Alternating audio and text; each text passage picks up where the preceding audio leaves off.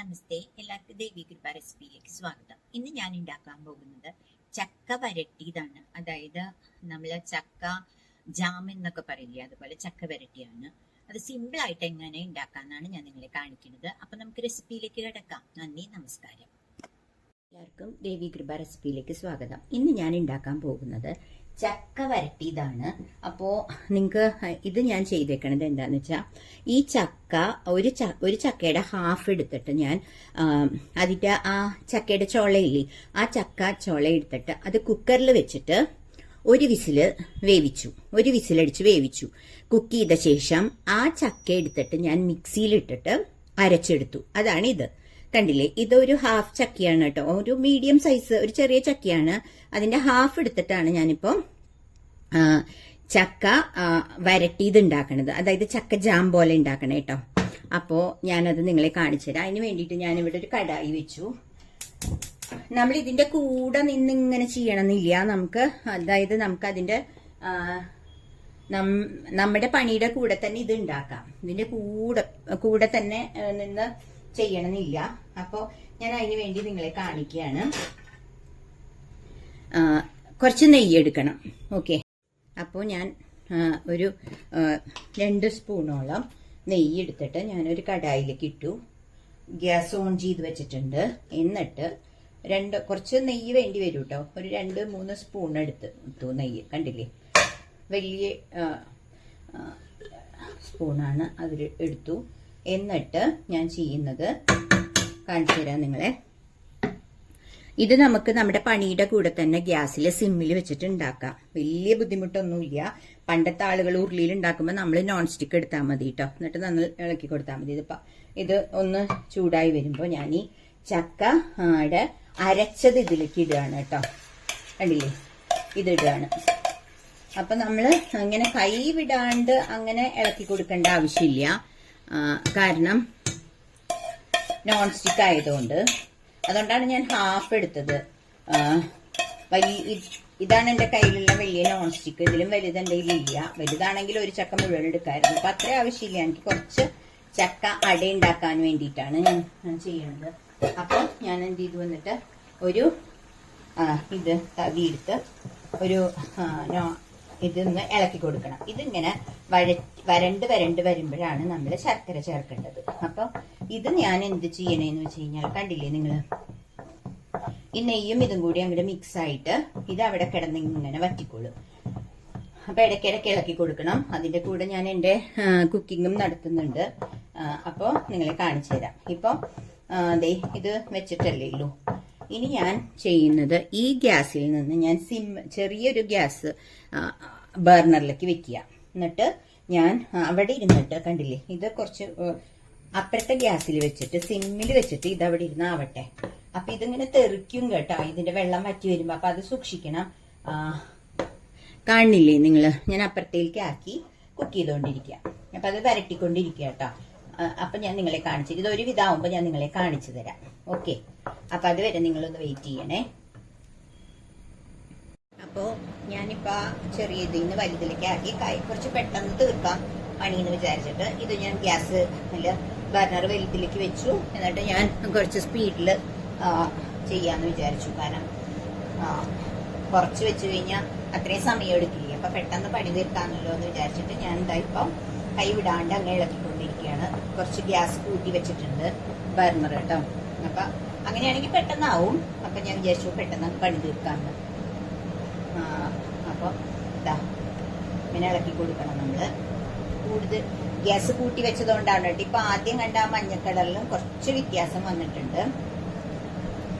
അപ്പോ നമുക്ക് അതനുസരിച്ചിട്ട് നമുക്കിങ്ങനെ ഇളക്കി കൊടുക്കാം. ഇനി നിങ്ങളുടെ കയ്യിൽ ശർക്കര പൊടി ഉണ്ടെങ്കിൽ, ഇപ്പൊ ജാഗ്രി പൗഡർ കിട്ടും, പൊടി ഉണ്ടെങ്കിൽ അതാണ്. അതല്ലെങ്കിൽ നിങ്ങൾ ശർക്കര ഉരുക്കി ലിക്വിഡാക്കി വെക്കണം കേട്ടോ ഇതിലൊഴിക്കാൻ. അപ്പോ ഞാനിപ്പോ എന്റെ കയ്യിൽ ശർക്കര ജാഗ്രി പൗഡർ ഉണ്ട്. അപ്പൊ അത്രയും എളുപ്പല്ലേ. അതുകൊണ്ട് ഞാൻ അത് യൂസ് ചെയ്യാന്നാ വിചാരിച്ചേക്കണത്. അപ്പൊ എനിക്കിനി പാവാക്കേണ്ട ആവശ്യമില്ല. കണ്ടില്ലേ, ഇത് ഇപ്പൊ ആ ഒരു മഞ്ഞ കളറിൽ നിന്ന് ഒരു ചെറിയ, നിങ്ങൾക്ക് കാണണ്ടാവുമെന്ന് വിചാരിക്കുന്നു. നോക്കിക്കോട്ടെ ഗ്യാസ്. ഓക്കെ, ഇവിടെ കണ്ടില്ലേ അപ്പൊ കുറച്ചൊന്ന് കളർ മാറുന്നുണ്ട്. കാരണം ഗ്യാസ് ഞാൻ കൂട്ടിയാണ് ഇട്ടേക്കണത്, ബർണർ ഞാൻ. അപ്പൊ കുറച്ച് പെട്ടെന്നാവും. ഇത് പണ്ടത്തെ ആളുകൾ ഇത് ഉരുളിയിൽ ഉണ്ടാക്കുമ്പോ നമ്മളിത് നോൺ സ്റ്റിക്ക് ആണെങ്കിൽ പെട്ടെന്ന് ഉണ്ടാക്കാൻ പറ്റും. ഞാൻ സത്യം പറഞ്ഞാൽ നോൺ സ്റ്റിക്ക് അധികം യൂസ് ചെയ്യാറില്ല. ഞാൻ മറ്റേ ഇരുമ്പ് ചീനച്ചട്ടിയില്ലേ, മറ്റേ ഇരുമ്പ് കടായിയും പിന്നെ ചട്ടിയൊക്കെയാണ് യൂസ് ചെയ്യുന്നത് കേട്ടോ. പക്ഷെ ഇപ്പൊ ഞാൻ വിചാരിച്ചു ഇത് എൻ്റെ ഉണ്ട്, പക്ഷെ അധികം കുറവായി യൂസ് ചെയ്യണത് ഹെൽത്തിന്റെ പ്രശ്നങ്ങൾ വരണ്ടല്ലോ എന്ന്. പക്ഷെ ഇങ്ങനെയുള്ള സന്ദർഭങ്ങളിൽ നമ്മൾ നോൺ സ്റ്റിക്ക് എടുത്താൽ നമ്മുടെ പണി പെട്ടെന്ന് തീരും. മറ്റേ നമ്മൾ തന്നെ ഇത് ചെയ്തുകൊണ്ടിരിക്കുകയാണെങ്കിൽ ഭയങ്കര കുറേ സമയം എടുക്കണ്ടേ. അതുകൊണ്ട് ഇത് കുറച്ചും കൂടി ഒരു ബ്രൗണിഷ് കളറായ നമുക്ക് ഇതിൽ ശർക്കര ചേർത്ത് പിന്നെയും വഴറ്റണം. അങ്ങനെ നല്ല ഒരു ബ്രൗണിഷ് കളറ്, ഒരു ഗോൾഡൻ ബ്രൗണിഷ് കളർ വരുമ്പോ നമുക്ക് എന്താ പറയാ, ചക്ക വരട്ടി അങ്ങനെയല്ലേ പറയാ. ഞങ്ങൾ തൃശ്ശൂക്കാരൊക്കെ ചക്ക വരട്ടി എന്നാട്ടാ പറയാ. എല്ലാ സ്ഥലത്തും എന്താ പറയാന്ന് എനിക്കറിയില്ല. ചക്ക ജാം എന്ന് പറയും. അതുണ്ടാക്കിയിട്ട് പിന്നെ ഞാൻ വേറൊരു ദിവസം നിങ്ങൾക്ക് ഇത് ചക്ക അട എന്ന് പറയും, അത് ഉണ്ടാക്കേണ്ടത് കാണിച്ചു തരാം. ഇപ്പൊ ഞാൻ ഇന്ന് ഉദ്ദേശിക്കുന്നത് ചക്ക വരട്ടി കാണിക്കാനാണ്. അതിനുശേഷം വേറൊരു ദിവസം ഈ ചക്ക വരട്ടിയത് വെച്ച് അട ഉണ്ടാക്കുന്നത് കാണിക്കാം. എല്ലാവർക്കും അറിയുന്നതായിരിക്കും, പക്ഷെ അറിയാത്ത കുട്ടികളും ഉണ്ടാവുമല്ലോ, അവർക്ക് വേണ്ടിയിട്ടാണ്. അപ്പൊ പെട്ടെന്ന് ഉണ്ടാക്കാം. ഈ അയ്യോ ചക്കട ഉണ്ടാക്കാൻ എന്ത് ബുദ്ധിമുട്ടാന്ന്, ഒരു ബുദ്ധിമുട്ടും ഇല്ല. നമ്മൾ ഇതുപോലെ നോൺ സ്റ്റിക്ക് ഒക്കെ യൂസ് ചെയ്യുകയാണെങ്കിൽ, അപ്പൊ മിക്ക ആളുകളുടെ വീട്ടിൽ നോൺ സ്റ്റിക്ക് ഉണ്ടാവുമല്ലോ, ഇതിനൊക്കെ നോൺ സ്റ്റിക്ക് യൂസ് ചെയ്യുകയാണെങ്കിൽ പെട്ടെന്ന് കോട്ടിക്ക് പോവാത്ത നോൺ സ്റ്റിക്ക് യൂസ് ചെയ്യണം കേട്ടോ. അത്രയും അപ്പൊ പെട്ടെന്നാവും. അപ്പൊ കളറ് മാറി മാറി വരുന്നുണ്ട്. അപ്പോ ഞാനിനി ശർക്കര ഈ പാക്കറ്റ് പൊട്ടിക്കണം. ശർക്കരയുടെ പൊടിയുടെ അതൊക്കെ പൊട്ടിച്ച് കൊണ്ടുവരാം. അപ്പൊ അതുവരെ നിങ്ങളൊന്ന് വെയിറ്റ് ചെയ്യണേ. കണ്ടില്ലേ, ഇതാണ് ഞാൻ പറഞ്ഞ ശർക്കര പൊടി കേട്ടോ, ജാഗരി പൗഡർ. ഇത് ഇങ്ങനെ ബോട്ടിലും കിട്ടും. അപ്പൊ ഇപ്രാവശ്യം എനിക്ക് ഇതാണ് കിട്ടിയത്. അപ്പൊ എന്റെ കയ്യിൽ കുറച്ച് ബാക്കിയുണ്ടെന്ന് തോന്നുന്നു കഴിഞ്ഞ പ്രാവശ്യത്തെ അട്ടിങ്ങില്. അപ്പൊ ഞാൻ കാണിച്ചു തരാം കേട്ടോ. ഇതിപ്പോ ഒന്ന് ആയി വരുന്നുണ്ട്. അപ്പൊ ഞാൻ കുറച്ചും കൂടി ഒന്ന് നെയ്യ് ഒഴിക്കണം. പിന്നെ കുറച്ച് ഏലക്കായ എടുക്കണം. അപ്പൊ അതെന്താന്ന് വെച്ചാല് ഏലക്കായ മിക്സ് ചേർക്കുമ്പോ അതിന് നല്ലൊരു സ്മെല്ലും കിട്ടും. നമ്മൾ പായസത്തിനൊക്കെ ഇടില്ല, അതുപോലെ തന്നെ ഏലക്കായ പൊടി. ഒരു സ്പൂൺ കൂടി നെയ്യ് ചേർത്തിട്ടുണ്ട്. എന്നിട്ട് ഇതൊന്നും കൂടി മിക്സ് ചെയ്ത് അപ്പൊ ഞാൻ ഞാനൊന്ന് ഏലക്കായ പൊടിയൊക്കെ എടുത്തിട്ട് വരാം. അതുവരെ ഒന്ന് വെയിറ്റ് ചെയ്യണേ. അപ്പൊ കണ്ടില്ലേ, എൻ്റെ കുറച്ച് ബാക്കിയുണ്ട് കേട്ടോ ജാഗരി പൗഡർ. ഇതിൽ കുറച്ച് കണ്ടില്ലേ ബാക്കിയുണ്ട്. അപ്പൊ അതിട്ടിട്ട് പിന്നെ വേണമെങ്കിൽ മറ്റേതിടാം. അപ്പൊ ഓൾറെഡി ചക്ക കുക്ക്ഡ് ആണ്. കാരണം നമ്മൾ കുക്കറിൽ ചക്കച്ചുള വേവിച്ചിട്ടാണ് പിന്നെ അരച്ചെടുത്തേക്കണത്. അപ്പൊ ഇത് ചിലര് പറയും കുക്ക് ചെയ്യാണ്ട് മധുരം ചേർത്ത് കഴിഞ്ഞാൽ, പായസത്തിനൊക്കെ അരിയൊക്കെ കുക്ക് ചെയ്യാണ്ട് മധുരം ചേർത്താൽ മധുരം പിടിക്കില്ലല്ലോ. അപ്പൊ അതുകൊണ്ട് നമ്മള് കുക്ക് ചെയ്തതാണ്. അപ്പൊ കുഴപ്പമില്ല. ഇത് ഏകദേശം ഒരു ബ്രൗണിഷ് കളറായിട്ട് ആയി വരുന്നുണ്ട്. അപ്പൊ ഞാനത് ക്യാമറയിൽ കാണുന്നതിലും എനിക്ക് കുറച്ചും കൂടി ഡീപ്പായിട്ട് ബ്രൗണിഷ് കളർ തോന്നുന്നുണ്ട് കേട്ടോ. നിങ്ങൾക്ക് തോന്നുന്നുണ്ടോന്ന് അറിയില്ല, ക്യാമറയിൽ അത്രയ്ക്ക് തോന്നുന്നില്ല. എന്നാലും നിങ്ങൾക്കറിയാലോ, ഏകദേശം ഇതൊന്ന് ഒരു ബ്രൗണിഷ് കളർ ആവണ്ട, ഒന്ന് ആ ഒരു ചക്കയുടെ ഒരു പച്ചപ്പില്ലേ, ആ ഒരു കുക്ക് ചെയ്തിട്ടുള്ള ആ പച്ചപ്പ് മാറണ വരെ ഇങ്ങനെ ഒന്ന് ചെയ്ത ശേഷം ശർക്കര ചേർക്കണം. അതാണ് അതിന്റെ ഒരു ഇത്. മനസ്സിലായി? ഇപ്പൊ ഓൾമോസ്റ്റ് മാറി തുടങ്ങി. ഒരു 5 മിനിറ്റും കൂടി ഞാനിങ്ങനെ ഒന്ന് ഇളക്കി കൊടുത്തിട്ട് ശർക്കര ചേർക്കാം. അപ്പോഴേക്കും കറക്റ്റ് ആവും. അതായത് ചക്കയുടെ ഒരു പച്ച ചൊവയിൽ, അതായത് നമ്മളിപ്പോ ചക്ക കുക്ക് ചെയ്തിട്ട് ഒരു വിസിലടിച്ച് കുക്കറിൽ വേവിച്ച ശേഷം നമ്മള് ഇത് എന്താ പറയാ, മിക്സിയിൽ അരച്ചെടുത്തു. 2 ട്രിപ്പായിട്ടാട്ടോ ഞാൻ അരച്ചെടുത്തത്. അപ്പോ പക്ഷെ ഇത് ചക്ക വരട്ടി വരുമ്പോ അല്ലെങ്കിൽ ചക്ക ജാമാക്കി വരുമ്പോ ഇത് കുറച്ചേ ഉണ്ടാവുള്ളൂ. ശരിക്കും ഒരു ചക്കയൊക്കെ ഉണ്ടെങ്കിൽ 1-2 ചക്കയൊക്കെ, എന്റെ അമ്മയൊക്കെ 2 ചക്കയൊക്കെയാണ് വരുത്താറ്. അപ്പൊ ഞാൻ വിചാരിച്ചു ഒരു പ്രാവശ്യം ഉണ്ടാക്കാനുള്ള ചക്കടക്കുള്ള ചക്ക മതിന്ന്. അതുകൊണ്ടാണ് അരപ്പിന് നിങ്ങളെയും കാണിക്കാം. അതുകൊണ്ടാണ് ഞാൻ അരച്ചക്കയാണ് എടുത്തത്. ഒരു മീഡിയം ചക്കയുടെ ഹാഫ് എടുത്തിട്ടാണ് വരട്ടണത് കേട്ടോ. ഒരുപാട് വലുതുമല്ല ഒരുപാട് ചെറുതുമല്ല, അങ്ങനത്തെ ഒരു മീഡിയം ചക്ക. അപ്പൊ ഇതൊന്നും കൂടി ഒന്നാവട്ടെ, അതുവരെ വെയിറ്റ് ചെയ്യാം. അപ്പൊ ഞാൻ അതിന് ശേഷം എന്താ ഏലക്കായ ഇങ്ങനെ പൊട്ടിച്ചെടുത്തു. ചിലൊരു ഏലക്കായ അങ്ങനെ തന്നെ മിക്സിയിൽ അടിക്കാറുണ്ട്, പക്ഷെ ഞാൻ ചെയ്യാറില്ല. കാരണം നമ്മൾ ഏലക്കായുടെ ആ തൊണ്ടില് നല്ലവണ്ണം കേടാവാതിരിക്കാൻ ഇത് കൃഷി ചെയ്യുമ്പോൾ സ്പ്രേ ചെയ്യും. അതുകൊണ്ട് ഞാൻ ഏലക്കായ ഇങ്ങനെ എടുത്തിട്ട് ഞാൻ പഞ്ചസാര കൂട്ടി മിക്സിയിൽ അടിച്ചിട്ടാണ് ഇത് പൊടിച്ചെടുക്കാറ് കേട്ടോ. അപ്പൊ അത് ഞാൻ നിങ്ങളുടെ അടുത്തൊന്ന് പറഞ്ഞതാണ്. അപ്പോൾ നമുക്ക് ഇതൊന്ന് പൊടിച്ചെടുത്തിട്ട് വരാം. ഓക്കെ, അപ്പൊ ഇത് നമുക്ക് ഏകദേശം ഒരു ശർക്കര ഇടാനുള്ള പാകത്തിനായിട്ടുണ്ട് കേട്ടോ. ഇനി ഞാൻ ഇതിൽ ശർക്കര ഇടുകയാണേ. ശർക്കര ഇപ്പൊ ഞാൻ എന്റെ കയ്യിൽ ഓൾറെഡി കുറച്ചുള്ളതൊന്ന് ഇട്ട് നോക്കട്ടെ, എന്നിട്ട് മധുരം മതിയാവുമോ നോക്കാം. എന്നിട്ട് നമുക്ക് ഏകദേശം മധുരം നോക്കിയിട്ട് വേണം പിന്നെ നമുക്ക് ശർക്കര ഇടാം. ഓൾറെഡി ചക്കയ്ക്ക് മധുരം ഉണ്ടല്ലോ, അപ്പൊ അത് നോക്കിയിട്ട് വല്ലാണ്ട് മധുരം വേണ്ട. പക്ഷെ ഇത് ഇരുന്ന് കുറച്ച് മധുരം കുറയും. ഇത് ഇങ്ങനെ ചക്ക അപ്പൊ കുറച്ചധികം മധുരം ഇരുന്നാലേ ഇത് ഉണ്ടാക്കി വരുമ്പോഴേക്കും കറക്റ്റ് ആവുള്ളൂ കേട്ടോ. അപ്പൊ കണ്ടില്ലേ, ഇപ്പൊ ശർക്കര ഇട്ടപ്പോ കളർ മാറി തുടങ്ങി. ഇനി ഞാൻ ഇതൊന്ന് നോക്കട്ടെ. അപ്പൊ ഞാൻ സിമ്മിലാണ് വെച്ചേക്കണത് കേട്ടോ.